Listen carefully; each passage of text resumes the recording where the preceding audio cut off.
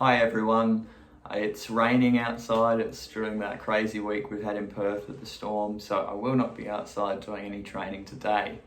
Instead, I wanted to talk to you about my training methods, which is something I get asked a lot, which is really good. I really like it when my clients ask me how I train, because that means they've been paying attention. So I use what I simply call is force-free. It's force-free methods. And I call it force-free methods because simply my training is without the use of forcible techniques, such as I don't use choke chains, I don't use prong collars, there's no drop chains, shock collars, none of that. None of those forceful techniques. We're not forcing our dog to choose a situation or behaviour. I'm going to be setting up an environment where the dog actually chooses which way it's going to go, and we're going to make it very clever so the dog always chooses what we want, but that option is there. And that's by the use of the reinforcers that we're going to use. And a reinforcer is pretty much all a reinforcer means is what the dog finds valuable. So that's what we're using. So a reinforcer can be food. The dog finds food valuable, which is in the form of treats, and that's very most common. It can be your dog's favorite toy. It can be your dog's favorite scratch behind the ear. It can be whatever that dog finds more valuable. And a lot of people say, well, my dog doesn't enjoy all that stuff. Your dog enjoys something. So there's no dog in the world that doesn't enjoy anything. That dog has to have some form of joy or pleasure. So we locate that, and that's what we use for our training. So there is a reason for that, and the reason I use these methods and the reinforcement methods is because I really believe in building that strong bond between you and your dog.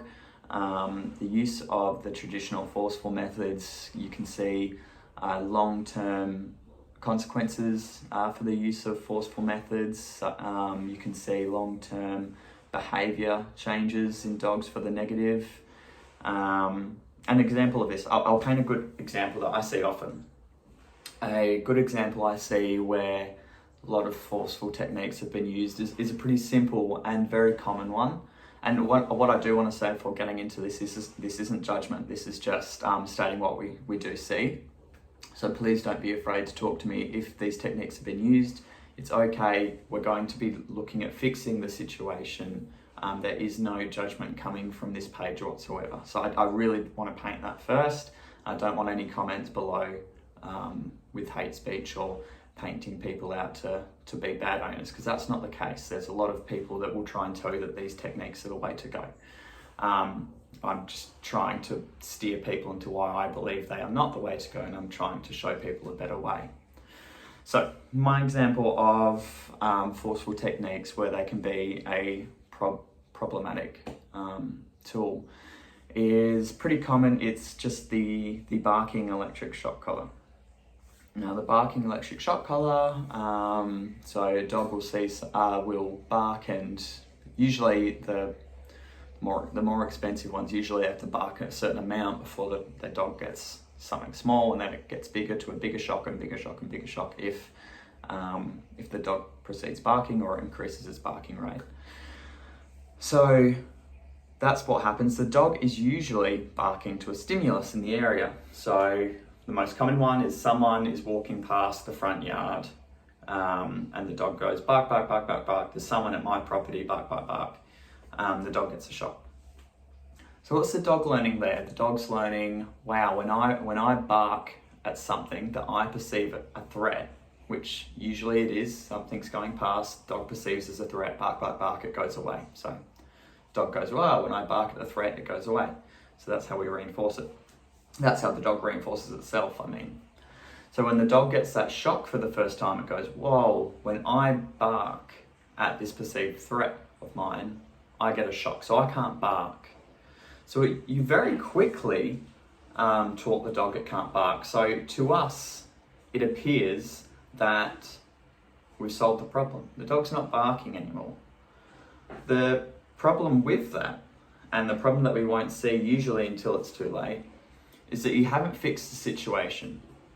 You've done something very small to a symptom of it. You've kind of cut out a symptom of the situation. You haven't actually fixed what's happening. So let's break that down. Let's break down what the dog's doing. The dog sees the threat. Dog either feels threatened or aggressive or whatever it's feeling to trigger it to make it go bark, bark, bark. What's the bark there? Is that the problem, or is the bark simply a symptom of what it's perceiving in the environment? So all we've done there is we've just cut out what the dog's telling us. The dog's telling us that there's a threat there. The dog's telling us that it feels uncomfortable. So nothing's really been fixed. If anything, it's going to make it worse, because the dog can also associate the person with the bark, with the electric shock, or the dog with the electric shock. So you can heighten dog to person or dog to human reactivity. So what happens there? Dog continues not barking because it knows it's going to get a shock when that person goes past or that dog goes past. And then in a few months, a work friend comes over that the dog's never seen before, and they see them walking down the driveway and they go, whoa, okay, can't bark at you because when I bark, I get an electric shock. So I'm not going to bark. But I still perceive you as a threat because when I see people go past there, it's threatening. But we're not seeing any symptoms, are we? Because the dog's not barking. So the work friend comes inside, dog's still not barking because it knows it's not allowed to bark. And we go outside, person goes to pat the dog, and the dog goes, whoa, whoa, whoa. They're getting closer and closer and closer. Still can't bark, still can't bark. Their hand's right there, bite. So what we've effectively done is we've cut out a symptom and we've cut out a communication tool for the dog to tell us they're feeling uncomfortable. We haven't solved the problem of the person being a threat. We haven't solved the problem of the dog being the threat or whatever's being the threat. And what's happened is we've taken away the dog's ability to communicate to us, so all it feels it can do when it's pressured into a corner is to react a different way or to bring that reaction level up to get that fearful or that certain stimulus away from it. It knows it can't bark, but it doesn't know it can't bite. So that's an example, and that's one of many examples and many situations of why I stay away from forceful methods, because it can bring out long-term negative behaviours and can have long-term behaviour consequences. And that is going to take that certain situation, that's going to take 10 times the amount of time to rehabilitate than a simple dog barking at someone that's crossing the road. So we've kind of dug ourselves a hole there, and we've dug ourselves a big situation to get back out of. So that's the reason why I stay away from it. And I know it's tempting, but I really do suggest that you guys stay away from it too when we're looking at our behaviour modification. It can be as simple in these situations as changing your environment. If the dog perceives someone out the front as a threat, put them somewhere where they can't see the threat. We don't want them to practice that behaviour. But I've been in many cases where we've simply just moved the dog to a different spot, and they've immediately saw that dog as calmer. They've immediately saw the dog's not barking at all. And it's just changed the whole way the dog acts. So try and look at everything. Look at everything in the situation. Don't just look at the symptom of the barking. But yeah, I thought that's a good example of why I use force-free. But I really do appreciate everyone asking why I use these methods, and please do ask even further the details that I use and how I'll reinforce. I can't specifically answer straight away online how I'm going to reinforce your dog because each dog is so different. I'm getting a lot of dogs at the moment which aren't food motivated, so I've got to be creative in finding out a way to motivate that dog in a different way. But it's a very rewarding challenge to see when we finally figure out what that dog's driven by, so something I love doing.